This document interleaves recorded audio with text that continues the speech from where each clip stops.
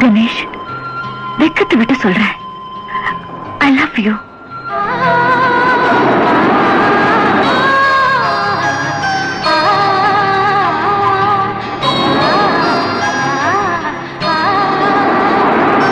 இன்னொரு தடவை சொல்லுங்க.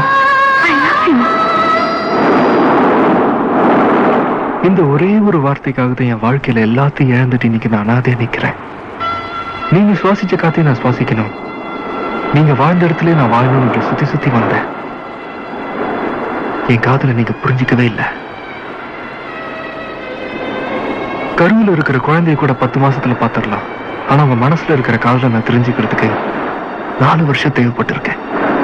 காதல் கற்பூரம் மாதிரி, அந்த வாசனை நிறைய பெண்களுக்கு தெரியறதே இல்லை. சண்டை, நான் உங்களை தப்பு சொல்லல. காதல் ஒரு மனுஷனை முட்டாளாக்கி இருக்கு, பைத்தியக்காரனாக்கி இருக்கு, ஏன் ஒரு கொலைக்காரனை கூட ஆக்கியிருக்கு. ஆனா அதே காதல் தான் பைத்தியக்காரனா இருந்த என்ன ஒரு மனுஷனாக்கி இருக்கு. ஒரு பொண்ணு விரும்புறது ஒரு நாள்ல தெரியும், இல்ல ஒரு மாசத்துல தெரியும், இல்ல ஒரு வருஷத்துலயாவது தெரியும்.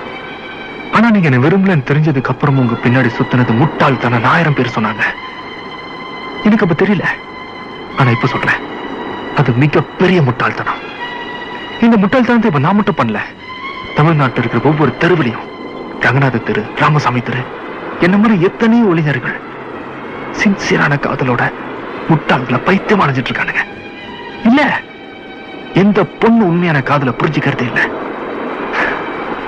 4 நாள் பழகிட்டு 4வது நாள் வைத்தியம் ஒப்பிட்டு போறானுங்களே, அவனுக்கு பின்னாடி தான் சுத்திட்டு இருப்பாங்க.